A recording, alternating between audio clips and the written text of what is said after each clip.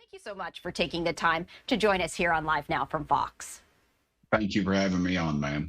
Absolutely. So I do want to ask you this. Among the announcements that President-elect Trump has already shared, are there any particular selections that really have jumped out to you? Well, Mr. Kennedy, of course, I think is one that um, we should talk about. I think it's going to be interesting to watch. He's already talked about taking sucrose out of soft drinks, and that is a huge battle between the cane sugar and the corn sugar folks.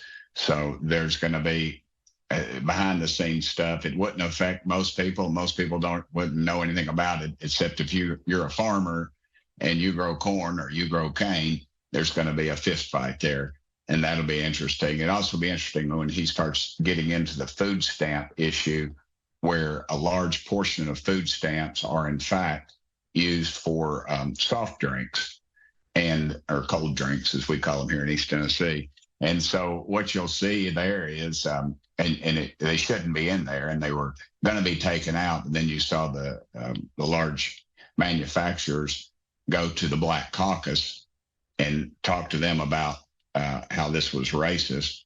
And then you saw it immediately. The Democrats embraced soft drinks in food stamps. So I think he brings a lot to the table. I'm looking forward to Matt Gaetz being in that position. Nobody takes the fight to him like he does.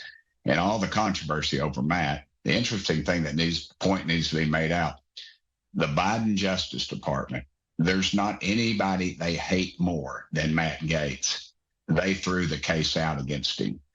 And all the talk about witnesses and other people involved, they said that they weren't valid, obviously, or they would have had a case. They would have loved to have hanged Matt Gaetz, and they couldn't. So I hope people take a good long look at that before they cast judgment on that issue. Huckabee in Israel, I think that's great. The evangelical community has been a long supporter of Israel, and you see that when Israeli leaders come to this country. It might not be reported, but you better believe they're meeting with the evangelical community, because that's one of their largest supports and voter blocks. You just go down the list. Tulsi Gabbard, she's a friend of mine as well. We used to work out together. I always remembered they were filming a thing about bipartisanship in Congress, and I always remembered she was doing pull-ups beside me, and of course she was just going crazy. She's incredibly physically fit.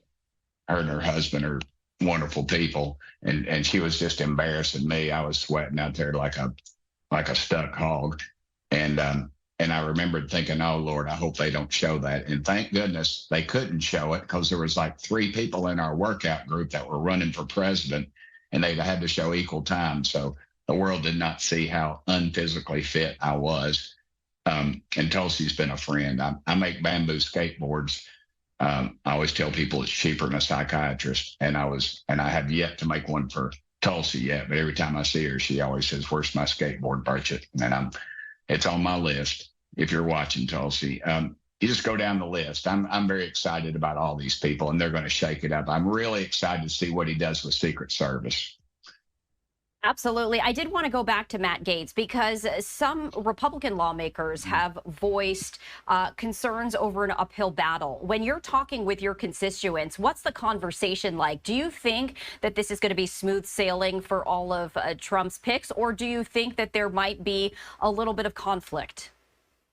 I think it's going to be a rocky road, because the media is attacking. But you got to remember, one of the major news outlets, I think Trump had just been sworn in 18 minutes, and they'd already put a news report out, or they'd already put out that he needed to be impeached. So, they're not on our side. They didn't win it. Why are we even giving them the air out of the jug? They did not win on election night, obviously. It was a landslide, electoral votes and populist votes as well. I just say turn that noise off. Let's go with what Trump wants. I think it's a good idea. Yeah, vet them, make sure. But I think they're all by and far better than what we've had in the past. And can you imagine the people that voted for Matt Gaetz's predecessor, Republicans, who are going to now say Matt Gaetz shouldn't be in that position? You know, this is a Justice Department that's weaponized a federal agency against God-fearing people that had the audacity to pray in front of an abortion clinic. A guy was arrested in the middle of the night at gunpoint. They sent in a SWAT team in front of his infant children. They've listed husbands and wives, or parents, I guess I should say, that had the audacity to go to a school board meeting and issue concern about their kids being taught pornography in the classroom, and they labeled those folks domestic terrorists. That's the guy you voted for. Let's get the guy in there who's going to clean that mess up. And Trump has mentioned he wants to shake things up. You know, he wants to do things very differently this time around, now tasking Elon Musk and Vivek Ramaswamy to lead a new Department of Government Efficiency. You know, what would you like to see come out of this new department? I would like about some of these departments 60, 70, 80% cut. Some of them, like Department of Education, they need to send that money to the states and shut them down. They're worse than the mob.